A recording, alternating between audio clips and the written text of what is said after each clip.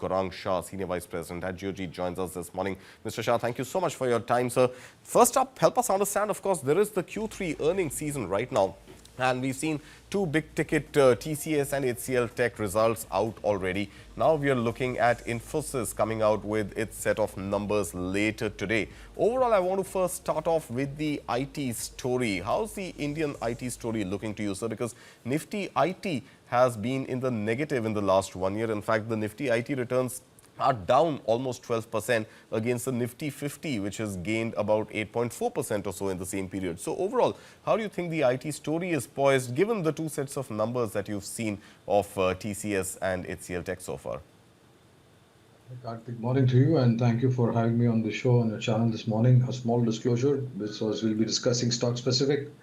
All recommendations that I'll be sharing with you this morning are a part of our fundamental research stream recommendations from a long-term time horizon. Our company Geojit or we do not have any kind of personal investments, no financial interest, no conflict of interest, but we give advice to our clients on similar lines. They might have their investment interest. So Kartik, speaking about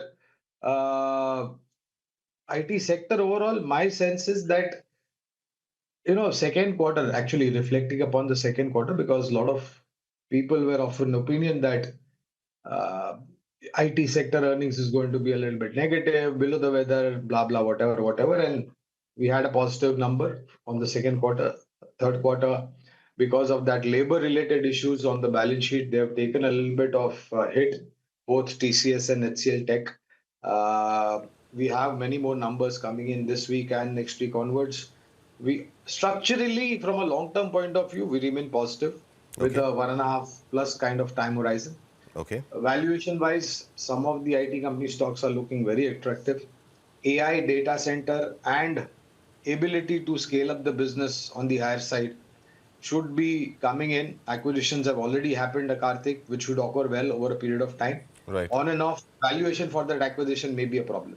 All right. I want to specifically, talk one number with you, Mr. Shah, and that happens to be the $1.8 billion of AI revenue that we saw in Q3 for TCS. Does this, in your mind, offset the fears that the Indian IT services sector had missed the AI bus? Do you think they have been able to catch up? Because 1.8 billion out of a total 7.5 billion of revenue in Q3 seems to be a fairly good number, sir.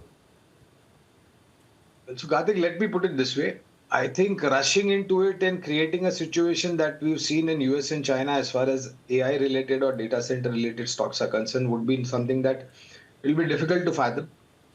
It is good that we are taking step by step forward as far as AI is concerned. We are not rushing into it. And I think that's a prudent strategy. Going forward, the kind of verbatim that the management has given with respect to AI and data centers, we remain structurally positive. And I think if you are in AI and if you're not, if you are in IT and if you are not in AI, Kartik, I think your lifeline is very limited. So you need to invest in AI, you need to get that headcount in place, and you need to scale up the operation as far as AI is concerned. And that is pleasantly smoothing to see the kind of number as far as AI revenues are concerned. All right. Expectations from Infosys. Do you think we'll see similar sort of AI uptake in Infosys, in your opinion, sir? I think so, Kartik, because I normally don't make forward-looking statements. Sure. But I hope they will do better, or maybe they'll do in line with what the others have done. All right, so let's move away from the IT sector and just look at the broader context, the mood on the markets right now. Now, there are two aspects playing out, really. There is this tariff threat and now a renewed tariff threat of additional 25% given India's trade with Iran, even though it is minuscule trade, versus trade talks, which yesterday again sort of set off on a positive tone with Dr. S. Jaishankar speaking to Marco Rubio. But overall, one would have expected that markets would have reacted a lot more favorably to that phone call last evening. But we haven't really seen that sentiment play out on the markets. And even otherwise, there is this oscillating mood which seems to be confusing investors on whether or not that trade deal is going to happen. If it does, when that's going to happen. Overall, INR continues to remain under pressure while gold prices continue to surge. FII is not really finding any solace in staying invested in the Indian market. So where do you see things for the Indian stock markets at a broad level, not sector specific, going from here? I think honestly, if you ask me, this is my personal opinion. I think you should keep the tariff-related trade deal in the back burner, because this kind of oscillating that President Trump is doing, and along with him, last week, I believe Mr. Lutnick, I believe, is the Commerce Secretary, if I'm not Yeah, mistaken. yeah. Correct me if I'm wrong. No, you're right. He made a statement that the train has already left because Prime Minister Modi did not give a call to Exactly. President Trump. I mean, are you living in an ego world, or are you willing to do something for your country and for the people of your country? You can't be talking this kind. And then you have the envoy coming into India and saying that no, everything is hunky dory and both countries are talking very nicely, etc. So Yeah. this kind of a flip flop is something that is not expected out of a developed economy called US and matured people like the President Trump and his group of ministers. Having said that, let it happen the way it has to happen, Kartik. I am honestly saying that, and I've said it many times. I don't think you should surrender to the pressure. I don't think you should put your signature and your seal on a paper which you're not convinced will be for the growth of your country and for the people of your country. So Right. let it happen. Let it take time. Absolutely no problem. Till that time, there will be a lot of tantrums that you will be witnessing from President Trump as far as tariffs are concerned. But I think now it's the order of the day, Right. to be very honest. And Absolutely.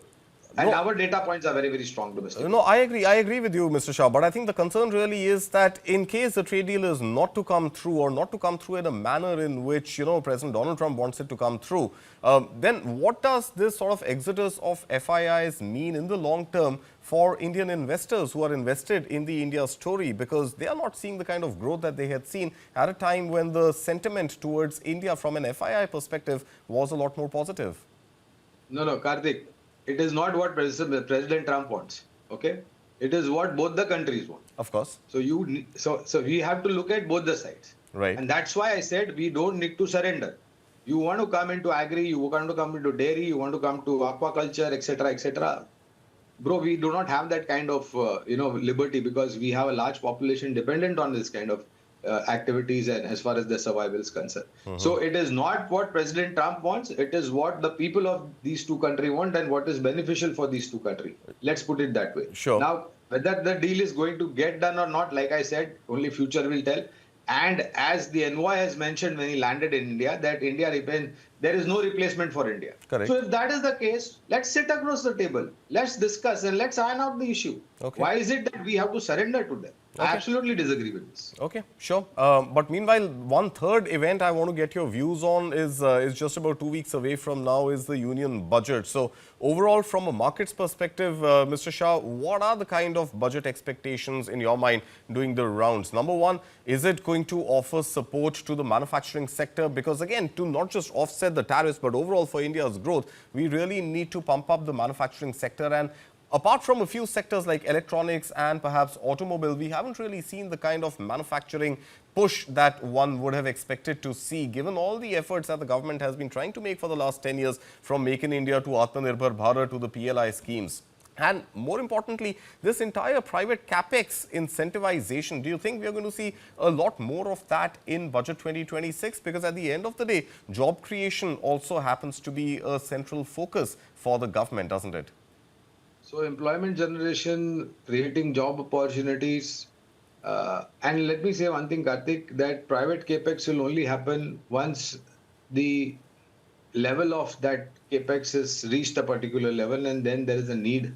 When your level is not reached, who will want to invest? Because you need to utilize your existing capacities. So I think that will happen. I think government last year, what they did with respect to GST Avatar 2.0, good monsoon, good demand from semi-urban rural India. Last year in the budget, Honorable Finance Minister gave a break for 12.75 lakhs salarized people income, no tax. That will all translate into positivity as we go into this 2026 calendar year. Expectation from the budget, I think complexities should be removed, clarity should come in with related to tax structure. Okay. So every time the budget comes, long-term, short-term capital gains tax, removing STT, etc., comes into effect. But I think whatever we've seen over the last 5-10 years of this particular government and the budget, I think they will walk the line of prudence and financial discipline. Okay. And I think wisdom will definitely prevail upon them, and they'll use their fine sense of judgment while delivering the budget. I'm absolutely 100% sure about it. Okay. And it is not going to be a populist budget. Let me be very, very clear. All right, not a populist budget, despite the fact that two big states are going into elections this year, which is West Bengal and Tamil Nadu. But I'll not push you on that, Mr. Shah. I want to understand, sectorally, do you think there is going to be a massive push on manufacturing, especially for the MSME sectors that seem to be, at least for now, taking the biggest hit when it comes to the impact of the tariff? So I think that's going to be one of the priorities that the Honorable Finance Minister will be focusing on. And I'm sure even here, whatever hurdles are there, they need to be cleared off in a disciplined manner and bring in policies. So that's one particular sector. And of course, my sense is that and you said about manufacturing, I think manufacturing is taken a leap as far as defense is concerned, Kartik. Right. And my sense is that from only being innovator, I think we have to invest into R&D also as far as defense. So sectorally speaking, defense, cap goods engineering, entire BFSI segment, Kartik, looks very attractive. Autos and consumption-related themes. All right, sir. So those are the budget themes. Let's leave it at that. Mr. Gaurang, always a pleasure having you here with us on News9. Thank you so much for your time this morning. Thank you, Kartik.